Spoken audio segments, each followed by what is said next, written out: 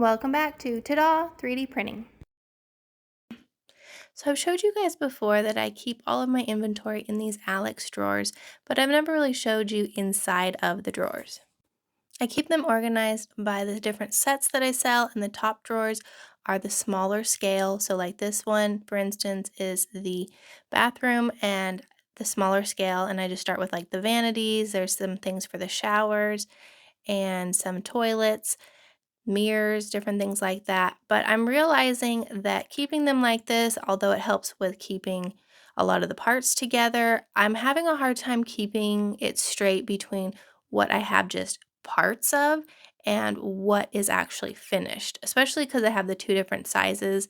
Some of these things have kind of overlapped into different drawers, and I just feel like it's a mess. And this last holiday season, we went through a lot of things. I'm running out of a lot of things, and it seemed like our drawers felt, for the most part, full. So I wasn't really sure what I was out of. Maybe certain colors would sell more than other things.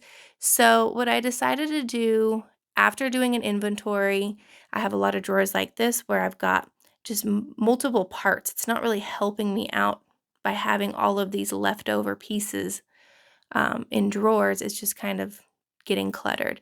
So after I did an inventory and I realized that I'm missing a lot of things, and some things are getting broken in these drawers because we're slipping them around too much, things will fall over and it's just not really working out anymore. I'm also realizing that by having all of these things in drawers, we're actually having a hard time finding some things. I like having no labels on the front of the drawers just because I like how sleek it is, but I may put a set together a certain way, and one of the girls may put a set together a different way. So we may be looking for a planter or some of the miscellaneous decorations, or maybe like this, the mattresses, and we may just organize differently. So we may be thinking that we have something, we can't find it, or maybe it's just in a different drawer. So this really needs to be changed up. I need to do something else. And this is what it looks like along the right wall. I've got two different stations set up right now. So both of the girls can be working on different things. Usually one of them's working on the computer doing videos, and the other one's gluing different parts together or getting the printers going again. So I really like having these two spaces, but the only place I can think of to put anything else is going to be like where that TV is in between these two windows, that there's an area that I can do a full cabinet. It is going to change up my space a little bit. I think it's going to make it feel a little bit tighter, but I think I need to do a full cabinet so that I'm not dealing with all the drawers and things slipping around and getting broken.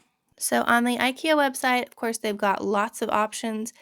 I like this section cabinet because it has a lot of shelves and it looks like all of the shelves can be moved around. It's got two doors, so we should be able to see everything kind of at a glance. And I'm going to purchase two of these, and hopefully I can make the doors kind of butterfly away from each other so that we can just open everything all at once. So we got them in, put the cabinets together, and they do fit in between these two windows just barely. We didn't find any feet or toe kicks to go with this, so when I open the door, it actually catches. It's just my shed isn't perfectly level, and the door is going to catch, and of course that's going to start rubbing funny on the floor. I've already got funny marks on the floor from other things. So we end up taking some of the shelves and just slipping those underneath just to make the whole cabinet go up a little bit more. So I was able to make the cabinet doors butterfly away from each other, but we're going to have to figure out a handle.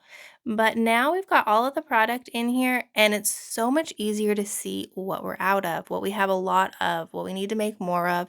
And by moving the only complete parts over here, then all of the things in the drawers can just remain all of the parts, and it's a lot easier to not get so overwhelmed with all of the different individual things. Now we can see exactly what is left. And I am shocked when we put all of this stuff in here. I felt like we had way more stuff. Of course, the smaller scale, I was not expecting it to take up the whole cabinets because these are a lot smaller pieces. But I was really shocked to see what missing things we still had.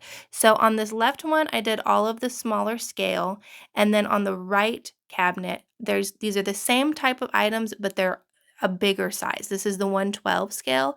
So you can see that this takes up a lot more space. And I like having them separated too, because of course we want to make sure we're not sending out the wrong size on anything. And I'm just so happy with how much cleaner this looks.